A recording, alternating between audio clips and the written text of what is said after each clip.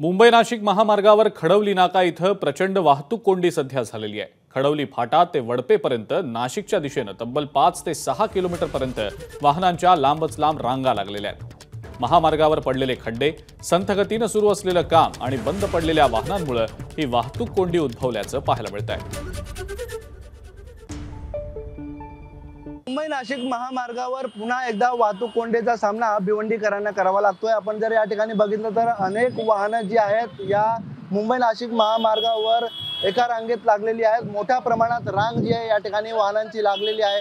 अनेक लहान मोठे खड्डे या ठिकाणी या महामार्गावर आपण बघू शकतो आणि या खड्ड्यांमुळे नाशिक मुंबई महामार्गावर पुन्हा एकदा वाहतूक कोंडीचा सामना जो आहे तो भिवंडीकरांना या ठिकाणी करावा लागतोय आणि अनेक वाहनं जी आहेत ती देखील या ठिकाणी बंद पडलेली आहेत। त्यामुळे रात्रीपासून ही वाहतूक कोंडी या ठिकाणी लागलेली आहे। मुंबई नाशिक महामार्गावर जवळपास 5 ते 6 किलोमीटर पर्यंत वाहनांच्या रांगा या ठिकाणी आपण पाहू शकतो आणि अनेक वाहनं जी आहेत ती या ठिकाणी रांगेमध्ये या ठिकाणी लागलेली आहेत आणि विशेषतः वाहतूक कोंडी सोडवण्यासाठी वाहतूक पोलीस असतील, स्थानिक पोलीस असतील यांना तारेवरची कसरत या ठिकाणी करावी लागते।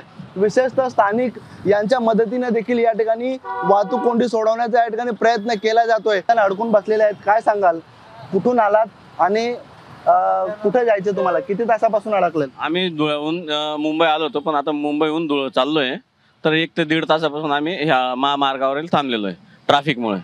किती त्रास होतोय महामार्गावरील खड्ड्यामुळे? बहुत ज़्यादा त्रास हो रहा है नासिक हाईवे पे, बहुत ज़्यादा प्रॉब्लम है। कब से फंसे हैं?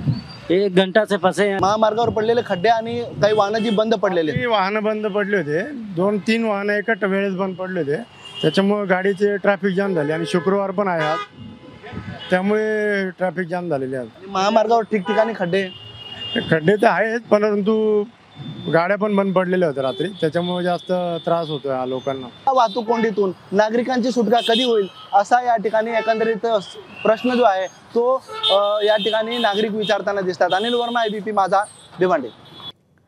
सरकारमधलेच मंत्री छगन भुजबळ यांनी सुद्धा याच महामार्गावरनं सरकारी यंत्रणांवर आता टीका केली आहे। पावसाच्या वेळेस सुरू केलं, ते करार केलं, त्याच्या बाजूचे जे रस्ते जे आहेत डायव्हर्शन केलेले ते नीट करायला पाहिजे। अतिशय बेकार आहे। त्याच्यानंतर तुमचं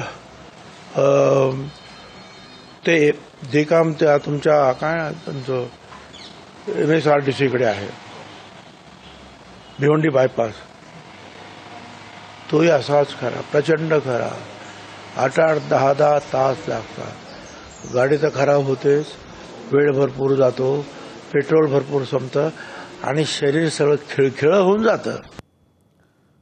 मुंबई नाशिक महामार्गावरच्या खड्ड्यांच्या संदर्भात उपमुख्यमंत्री अजित पवार यांच्या पाठोपाठ नाशिकचे पालकमंत्री दादा भुसे यांनी देखील बैठक घेतली। मात्र त्यानंतर सुद्धा खड्डे बुजवण्याचं काम सुरू झालेलं नाही आणि त्यामुळे परिस्थितीमध्ये कोणतीही सुधारणा नाही। विशेष म्हणजे उपमुख्यमंत्री अजित पवार, मंत्री छगन भुजबळ, मंत्री दादा भुसे हे तीनही मंत्री आज वेगवेगळ्या कार्यक्रमांच्या निमित्तानं नाशिक जिल्ह्यामध्येच आहेत। असं असताना सुद्धा रस्ते दुरुस्ती होत नसल्यानं आश्चर्य व्यक्त होत आहे आणि याचाच आढावा आमच्या प्रतिनिधींनी घेतलाय, आपण पाहूया। नाशिक मुंबई महामार्गावरील खड्ड्यांच्या समस्येसंदर्भात उपमुख्यमंत्री अजित पवार यांच्या पाठोपाठ नाशिकचे पालकमंत्री दादा भुसे यांनी देखील बैठक घेतली। मात्र रस्त्याच्या कामामध्ये कुठेही सुधारणा नाहीये। 10 दिवसाच्या आत रस्त्याच्या कामामध्ये सुधारणा करा अशा स्वरूपाचे निर्देश दिल्यानंतरही अनेक ठिकाणी रस्त्यावर कुठेही काम सुरू असल्याचं बघायला मिळत नाही। आपण बघतोय, आपण विल्लोळी ते वाडीवरे या परिसरामध्ये आहोत। रस्त्याची अक्षरशः चाळण झाली आहे, मोठमोठे खड्डे या रस्त्यावर पडलेले आहेत आणि तेवढेच अवजड वाहनं देखील या रस्त्यावरनं जात आहेत। काम कुठेही सुरू नसल्याचं आपल्याला दिसतंय। वाहन चालक जात आहेत, नेमकी काय परिस्थिती आहे? रस्त्यात खड्ड्यात रस्ता हाच कळत नाही ना। दररोजचं चाललंय ना सर, दररोज आम्ही ट्रॅव्हलिंग करतो इथून। टोल माफ करावा अशी मागणी कर। 100% टोल माफ व्हायला पाहिजे। गडकरी साहेबांनी जो GR काढला 60 किलोमीटर, तो इम्प्लिमेंट व्हायला पाहिजे लगेच, पण कुठंच इम्प्लिमेंट होत नाही। एकूणच आदेश दिल्यानंतरही उपमुख्यमंत्री, पालकमंत्री यांनी आदेश दिल्यानंतरही रस्त्याची अशीच परिस्थिती असल्यामुळे यंत्रणांना, प्रशासनाला काही धाक आहे की नाही हा सवाल देखील या निमित्तानं उपस्थित होत आहे। आता 10 दिवसामध्ये जर या रस्त्याची सुधारणा झाली नाही तर रस्त्यावरचा टोल हा बंद करावा, ही मागणी नाशिकच्या 43 संघटनांनी केलेली आहे। त्यामुळे आता प्रशासन काय नेमका निर्णय घेते हे बघणं महत्त्वाचं आहे। काय परिस्थिती आहे रस्त्याची? रस्त्याची परिस्थिती पावसाळ्यामध्ये कामं चालू करणार तर हीच परिस्थिती होणार। उन्हाळ्यात कामं व्हायला पाहिजे ना साहेब। टोल देणार का? या रोडचा कोण टोल देणार? हे प्रवासी आहे, सर्वसामान्य प्रवासी आहे, त्यांचं म्हणणं आहे पावसाळ्यामध्ये काही कामं सुरू झाली, ही कामं पावसाळ्यापूर्वी जर केली असती तर ही परिस्थिती झाली नसती। कॅमेरामॅन मयूर बारगेसह मुकुल कुलकर्णी, एबीपी माझा, नाशिक। एबीपी माझा, उघडा डोळे बघा नीट।